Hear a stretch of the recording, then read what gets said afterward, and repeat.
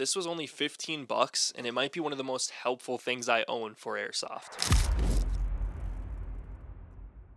How's it going, everyone? Welcome to FD Eco. In today's video, I want to show you guys how to set up a sling on your airsoft gun. Now, I got my sling from Amazon personally for pretty cheap. It was around 15 to 20 bucks for both of the slings I own, and they actually work really well, so I would not hesitate to go there. Otherwise, if you already have a rifle sling laying around, maybe you have one on your existing real steel firearm, you can use that for airsoft as well. And real quick, I just wanted to make it clear, everybody's different. Everybody sets up their stuff a little bit differently than everyone else.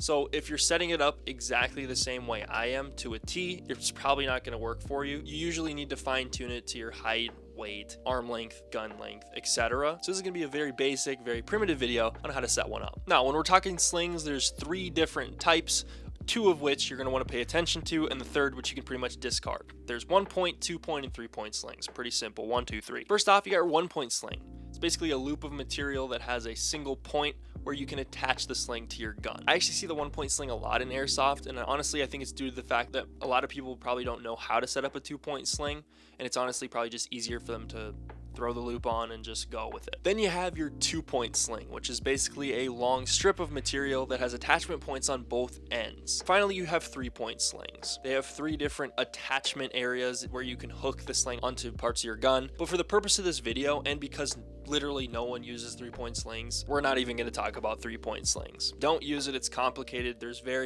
a very rare use case type of thing, so 1 and 2 will be perfectly fine for you. Also, just a quick note, you can turn a 2-point sling into a 1-point sling by hooking the 2 ends together and then hooking one of the attachment pieces onto the gun. So how do you decide which sling is best for you, and how do you set each one up differently? Now, for this video, I'm going to show you how I set both of these up. This doesn't necessarily mean you will set them up the same way, or if you do, that doesn't necessarily guarantee they're going to be comfortable in these setups for you. So mess around with your sling, figure out what works for you. But again, just like I said in the intro, use this video as a baseline for how you want to set it up. All right, here's our 1-point sling. Technically, it is a 2-point sling because it comes apart into a 2-point sling, but for the purpose of this video, it's going to be a 1-point sling because this is what most 1-point slings look like, with the exception of whatever's going on right here. So how do you set one of these up? It's pretty self-explanatory. I'll do like a more advanced setup in a second, but you can literally just take this,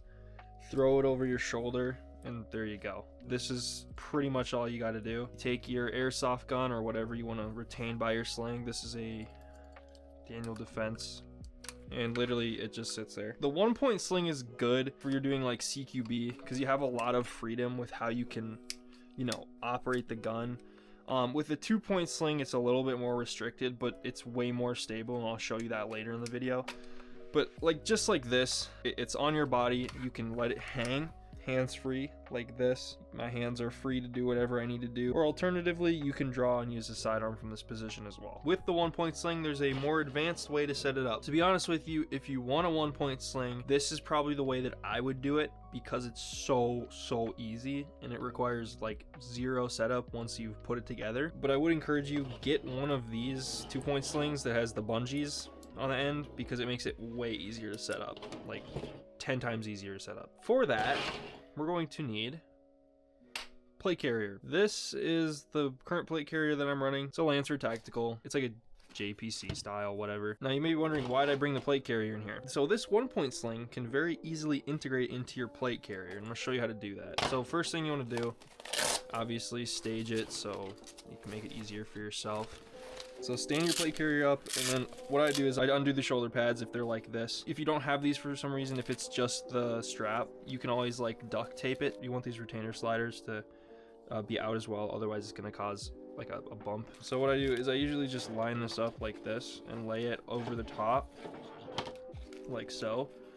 And then what's really helpful is I can just take these retainer sliders and they can just kind of sit as guides for where I want to have it. I have to push this one all the way as far as it can so they're equal on both sides. Then what you do is you just take your shoulder pad and fold it over like so, and that side's now in there. Another thing you can do if you need to, and some plate carriers don't have this one doesn't, but my other one did. There's sometimes a little handle here that technically is supposed to be used to like pull someone if they're injured. I like to wrap this sling around that once so that it doesn't show up back here, because otherwise it will So that one will go straight like that. And then this one, do the same thing, where you have the clip right at the edge there, and then you just put your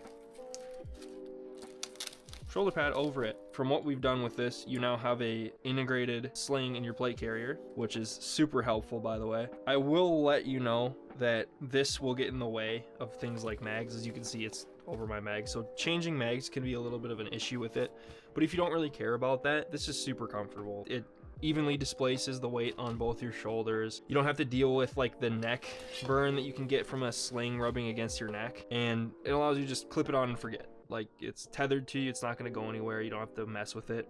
But again, there's drawbacks. Each setup is going to have a drawback, but this is how I would run a 1-point sling, honestly, like this. If I'm not using a plate carrier, then I probably am not using a sling in this scenario with the 1-point sling. That being said, let's go ahead and show you how to set up a 2-point sling, because it is completely different than what you're looking at right here. All right, this is our 2-point sling. Like I said in the intro, it's a long strip with 2 attachment points. This side has the little carabiner type attachment, and this one's just the bare material. There's a reason why I did this. This is an EMG clone of a Magpul SL stock, and those don't have QD mounts. This right here is a QD sling attachment point, so this will directly plug into something like this right here, where you have a little hole, and as you can see, you push this little button in and it attaches just like that. You can lift your gun up and whatever by that. So that's where that front piece is going to go. So this is going to clip right into here like so, like that. Now that point's attached. That's one of the things you're going to want to adjust for yourself depending on how long your arms are. Some people like to have it way out here. Most people like to have it right here. I like it right here. Now if we jump back looking at the stock, it doesn't have anything like this at all. There's just this little slit in the back. That's actually where your sling is gonna go. There's stocks that do have QD attachment points. I do have one, and I'll put it up on the screen here so you can see what one of those looks like. But unfortunately, this one doesn't have it, and this is the stock that I like, so I'm gonna have to deal with it. All you really have to do is take the little clip off of this end, and I'll show you how to set that up. So how you're gonna wanna do this, you're gonna wanna kinda throw the sling over your shoulder like this. And this one has a natural curve to it, so it's really easy to see where it goes. So it goes over your shoulder like this. This end with the clip should be in line with the arm that's supporting the front of the gun. So if I'm right-handed, I'm holding the gun with my right hand up front, as you can see like this.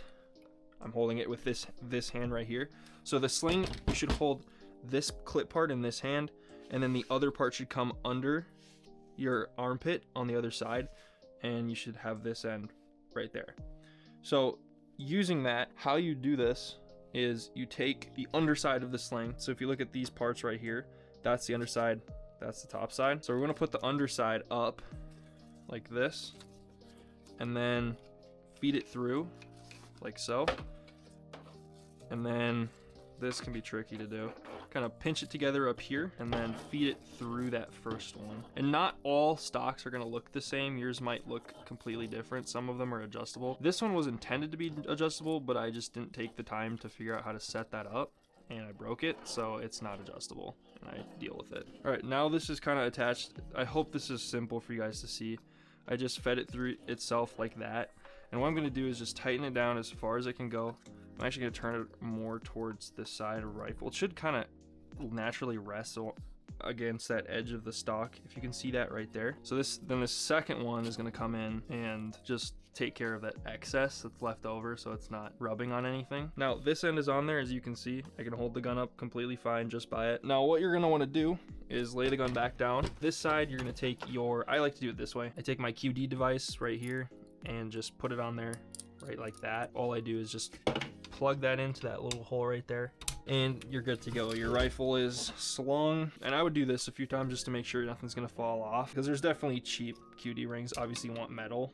These are metal. Then what you're gonna want to do is, just like with the 1-point sling, set the rifle on your shoulder. It usually will go like this, and then what you're gonna want to do, kind of turn the rifle as if you're aiming it. You should be able to seat the back of the stock into your shoulder.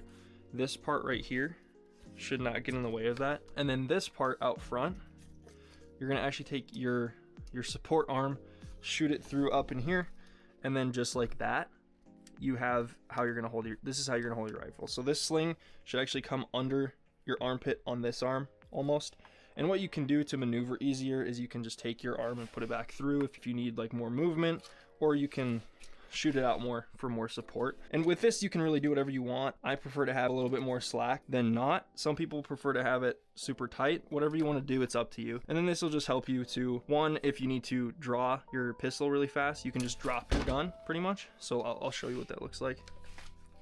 And then you can draw your pistol and shoot. Or if you just want to, not hold on to your rifle, because holding the rifle out can really make your arm tired. So just putting it down like this and then having your arms free to do whatever you need to do. So this gun should ride up not too high. So obviously you don't want it up here in your face. Obviously you don't want it down there like at your stomach. But it's up to you how you want to set it up. This is how I do mine. One final thing you can do to stow your sling is actually just bunch it up like this.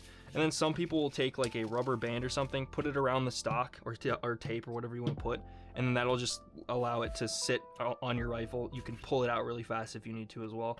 It's not necessary, but some people like to do that. So again, like I said in the beginning, it's really up to you how you want to set up your sling. There's just a few basic things you need to know before you set one up, so you're not doing it in a way that's gonna cut your circulation off, give you a rash on your neck, or anything that's gonna cause discomfort or general inability to properly use your airsoft gun. Hopefully you guys found this video intuitive, took something away from it. Let me know in the comments, how do you guys set up your slings? Do you run 1 point or 2 point? And for those of you who might run 3 point slings, let me know why. That being said, that's gonna wrap it up for the video, guys. Hope you enjoyed. Have a great and blessed day. Peace.